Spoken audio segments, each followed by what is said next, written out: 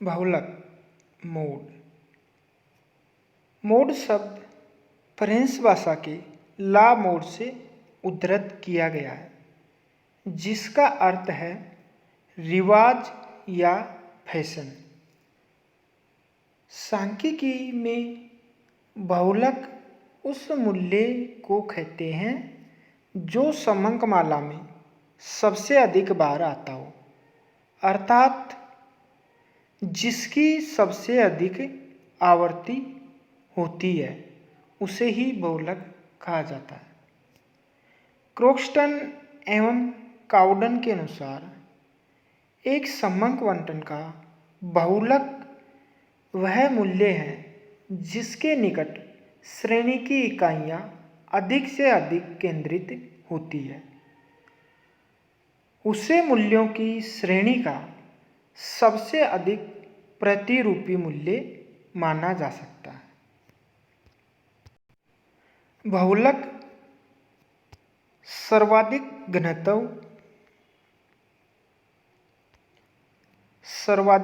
घनत्व की स्थिति या मूल्यों के अधिकतम संकेंद्रण का बिंदु होता है। अधिकतम संकेंद्रण का बिंदु। अब हम बहुलक के निर्धारण के बारे में देखते हैं। बहुलक का निर्धारण व्यक्तिगत श्रेणी में 3 प्रकार से किया जा सकता है। पहला, व्यक्तिगत श्रेणी को खंडित श्रेणी में बदलकर। दूसरा है सतत या अविच्छिन्न श्रेणी में बदलकर। और तीसरा है मध्यिका व समांतर माध्य की सहायता से बहुलक का निर्धारण। व्यक्तिगत श्रेणी को खंडित श्रेणी में बदलकर बहुलक का अनुमान।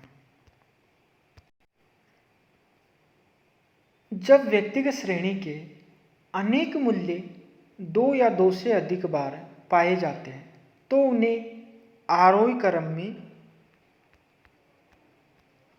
क्रम में रखकर उनके सामने उनकी आवृत्ति लिख दी जाती है। फिर निरीक्षण द्वारा ये देख लिया जाता है कि अधिकतम आवृत्ति का मूल्य ही बहुलक है।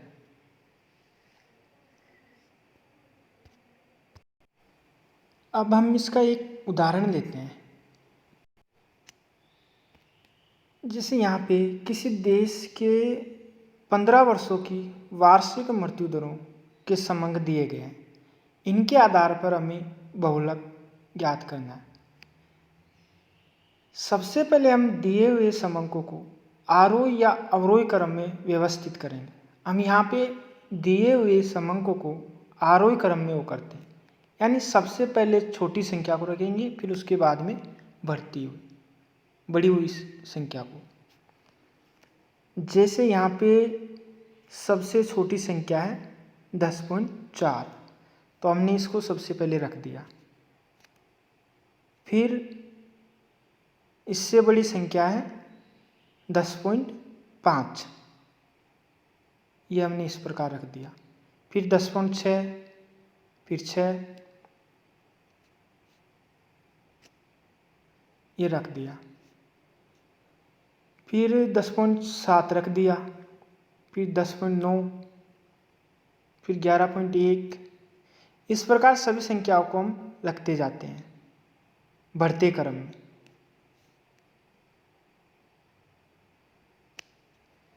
यहाँ पे जैसे आरोही क्रम में इन पदमूल्यों को जमा लेते हैं तो उसके बाद में हम ये देखते हैं कि भाई ये संख्या कितनी बार आई है।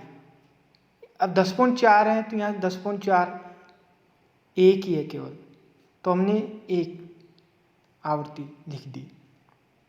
फिर 10.6 ये यहाँ पे 10.5 देखते हैं पहले। 10.5 भी यहाँ एक बार है, एक लिख दिया।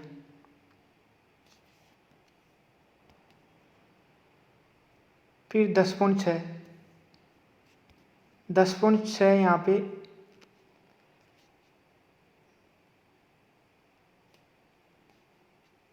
4 बार आया है, 1 2 3 4, यानी 10.6 की आवृत्ति 4 है। फिर 10.7, इसी प्रकार इसकी आवृत्ति 10.7 1 और 10.7 कहाँ है, ये 10.7 2 बार आया है, तो 2 लिख दिया। सभी मूल्यों की हम इस प्रकार आवृत्ति लिखते जाते हैं। आवर्ती क्रम में जब इनको जमा दिया जाता है तो फिर हम यहाँ इनकी आवृत्ति के आधार पर ये देखेंगे कि सबसे ज़्यादा आवृत्ति किसकी है या सबसे ज़्यादा आवृत्ति कौन सी है। यहाँ सबसे ज़्यादा आवृत्ति है 4 और 4 के सामने जो भी पद मूल्य है वो ही हमारा बहुलक होगा। यहाँ 4 के सामने 10.6 है, तो यही हमारा बहुलक होगा। यानी इसमें निरीक्षण के द्वारा ही हम ज्ञात कर लेते हैं कि बहुलक का मान क्या होगा।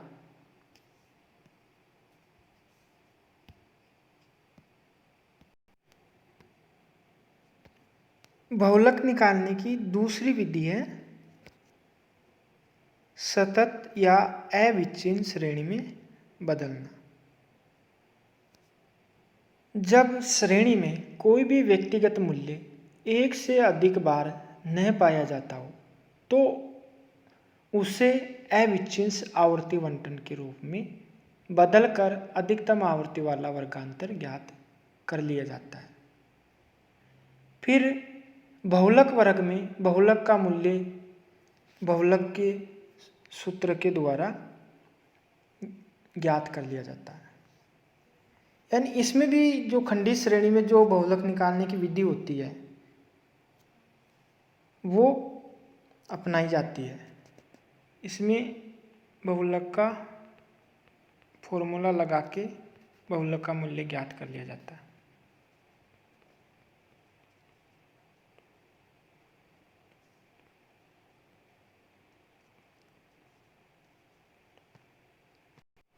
यानी जेड का मान फॉर्मूले के द्वारा निकाला जाता है। यहाँ जेड बहुलक है।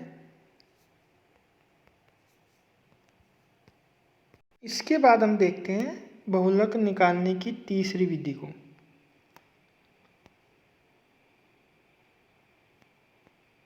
माध्यिका व समांतर माध्य की सहायता से बहुलक का अनुमान। यदि व्यक्तिगत श्रेणी में माध्यिका, समांतर माध्य और बहुलक तीनों ही ज्ञात करने हो तो इन तीनों के पारस्परिक संबंध पर आधारित सूत्र द्वारा बहुलक मूल्य का अनुमान लगाया जाना चाहिए। यानी z बराबर 3m - 2x बार।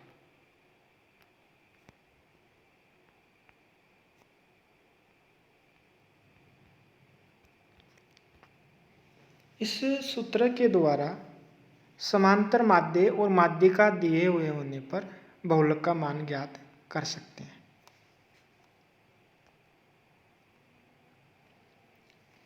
जैसे माध्यिका का मान 5 हो और समांतर माध्यिका का मान 3 हो तो बहुलक का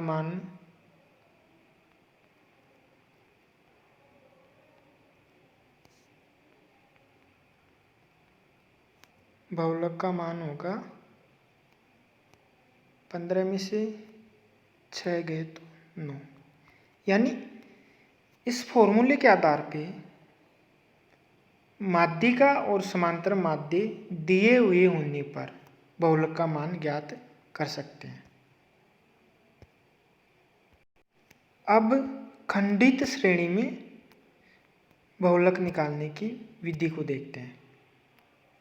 खंडित श्रेणी में बहुलक निरीक्षण द्वारा ज्ञात हो सकता है या समन्वय विधि द्वारा। निरीक्षण रीति ये रीति तब अपनाई जाती है जब खंडित श्रेणी की आवृत्तियां नियमित हो, अर्थात श्रेणी के आरंभ में आवृत्तियां निरंतर बढ़ती रहे, अधिकतम आवृत्ति लगभग केंद्र में और उसके बाद आवृत्तियां फिर निरंतर घटने लगे।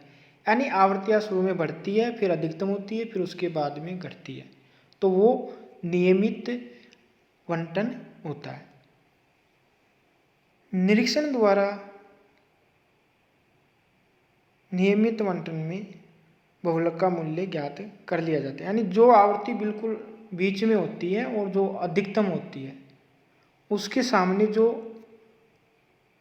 पद मूल्य होता है वही बहुलक का मान होता है। जैसे यहाँ पे इस एग्जाम्पल में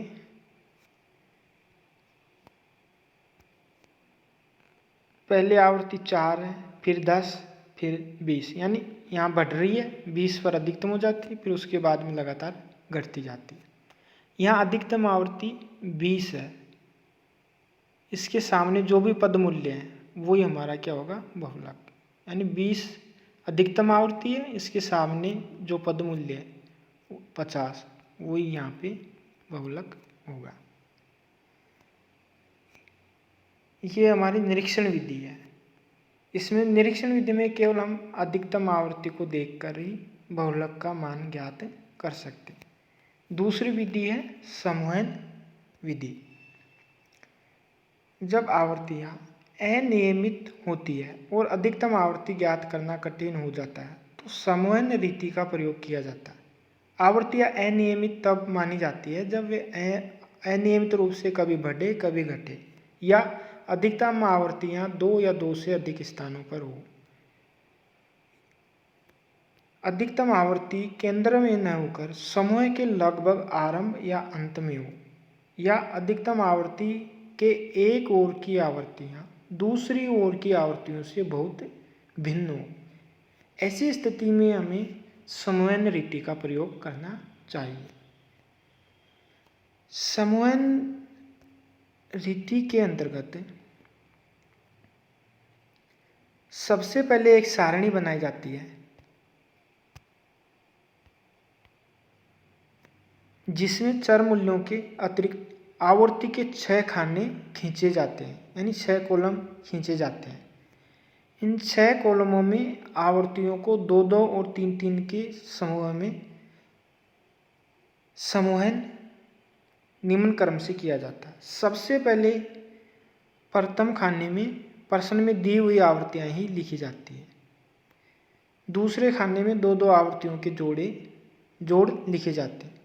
तीसरे खाने में प्रथम कॉलम की सबसे पहली आवर्ती को छोड़कर 2-2 आवर्तियों के जोड़ लिखे जाते हैं। फिर चौथे खाने में प्रथम खाने की 3-3 आवर्तियों के जोड़ लिखे जाते हैं। पांचवें खाने में प्रथम खाने की प्रथम आवर्ती को छोड़कर आगे की 3-3 आवर्तियों के जोड़ लिखे जाते हैं। फिर छठे खाने में प्रथम खाने की पहली 2 आवर्तियों को छोड़कर आगे की 3-3 आवर्तियों के जोड़ लिखे जाते हैं। आवर्तियों का इस प्रकार समूहन करने के बाद प्रत्येक कॉलम की अधिकतम आवर्ती या आवर्ती समय को अंकित कर दिया जाता है। उन अधिकतम आवर्तियों के चर मूल्यों पर चिन्ह लगाकर उनकी गणना कर ली जाती है। जिस मूल्य के सामने अधिकतम चिन्ह होते हैं वही बहुलक का मूल्य होता है। अब हम इसका एक एग्जाम्पल देखते हैं। जैसे यहाँ पे एग्जाम्पल दे रखा है, किसी कॉलेज के 230 विद्यार्थियों के कॉलर माप निम्न विवरण में प्रस्तुत है। कॉलर का बहुलक माप निर्धारित कीजिए। अभी यहाँ पे शुरू में जो आवर्ती है वो 7, फिर 14, फिर 30, यानी यहाँ अधिकतम हो या बढ़ रही है यहाँ तक, फिर घट गई 30, 28, 35, 34, 16, 14, 37, 16, यानी इसमें आवर्ती शुरू में बढ़ती है फिर घटती है, फिर बढ़ती है फिर घटती है, इसलिए ये अनियमित आवर्ती है। तो इसमें समूहन रीति का प्रयोग किया जाएगा। सबसे पहले हम जो प्रथम कॉलम होता है उसमें दी हुई आवृत्तियों को लिख लेते हैं। जैसे यहाँ पे प्रथम कॉलम में जो आवृत्ति या फ्रीक्वेंसी दे रखी है उनको हम लिख लेते हैं। फिर दूसरे कॉलम में हम जो आवृत्तियाँ प्रथम कॉलम में जो आवृत्तियाँ दे रखी है उनका 2-2 का जोड़ करते हैं, 2-2 का योग करते हैं।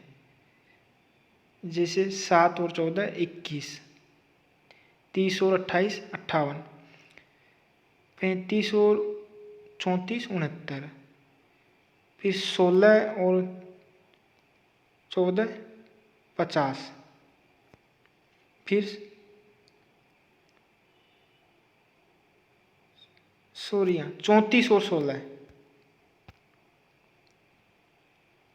34 और 16 50, फिर 14 और 36 50। इस तरह से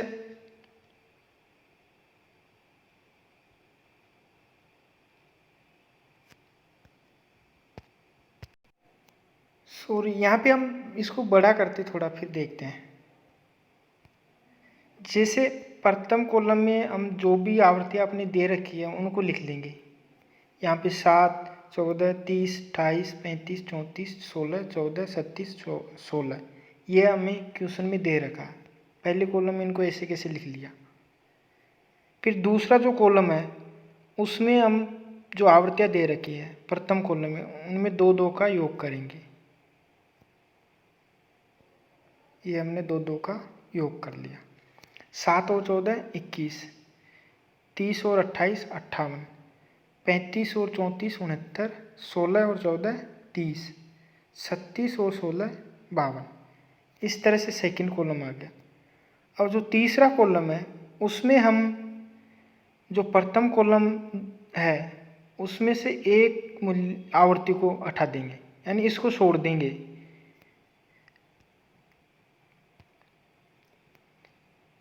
सात को छोड़कर प्रथम कॉलम में 2 का जोड़ करेंगे, यानी प्रथम आवृत्ति को छोड़कर बाकी का 2 का योग करेंगे।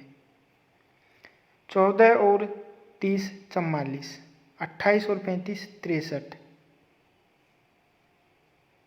फिर 14 और 16 50, 14 और 37 50। इस तरह से तीसरा कॉलम बना। फिर चौथे कॉलम में हम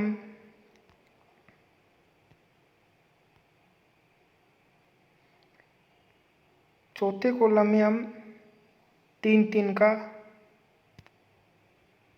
जोड़ करेंगे। शुरू से लेके प्रथम कॉलम की 3 आवृत्तियों का 3 आवृत्तियों का जोड़ करेंगे। 7 और 14 21, 21 और 30 51, फिर 28 और 35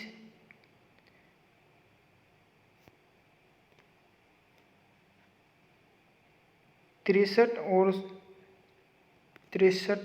34 97। फिर हम देखते हैं 14 और 16 50, 50 और 16 66। इस तरह से हमारा चौथा कॉलम हो जाता है। फिर पांचवें कॉलम में हम जो प्रथम कॉलम है उसकी प्रथम आवृत्ति को छोड़ देंगे और 3 का जोड़ा बनाएंगे, 3 का जोड़ करेंगे। इस तरीके से हमारा पांचवा कॉलम प्राप्त हो जाएगा। और छठे कॉलम में हम प्रथम कॉलम की दूसरी आवृत्ति को छोड़ के 3 का जोड़ बनाते हैं, जोड़ करते हैं, तो हमें हमारा छठा कॉलम प्राप्त हो जाता है। जैसे यहाँ पे 28 और 30 और 35 93 होते हैं, और 34 और 16 50 और 14 64। इस तरह से हमारा छठा कॉलम प्राप्त हो जाता है। अब यहाँ पे हम देखते हैं सेकंड कॉलम में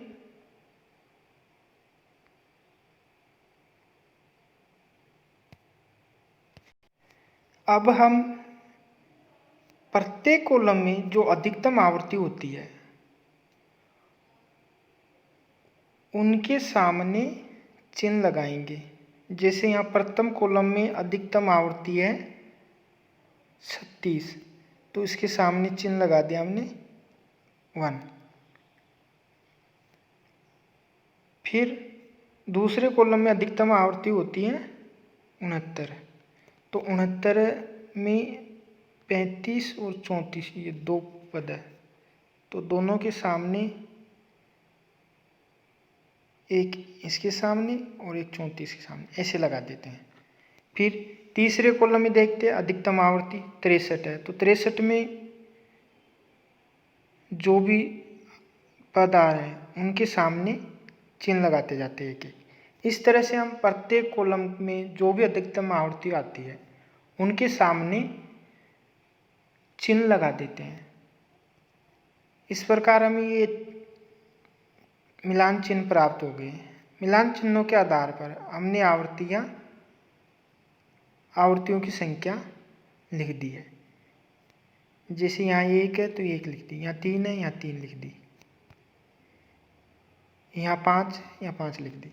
अब इन अधिकतम आवर्तियों के आधार पर जो अधिकतम आवर्ती होती है उसके सामने का जो पद मूल्य होता है उसको देखते हैं। जैसे यहाँ पे अधिकतम आवर्ती है 5, तो 5 के सामने पद मूल्य है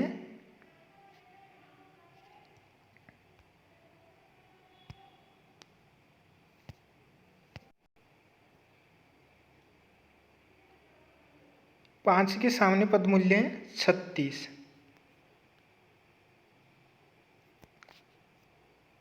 अधिकतम आवर्ती 5 है तो 5 के सामने जो भी पद मूल्य है वही हमारा होगा बहुलक। तो यहाँ पर बहुलक का मान है 36।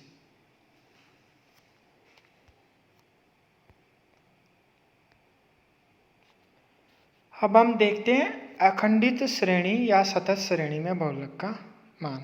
अखंड श्रेणी में बहुलक ज्ञात करने के लिए पहले निरीक्षण या समूहन रीति द्वारा बहुलक वर्ग निश्चित कर लिया जाता है।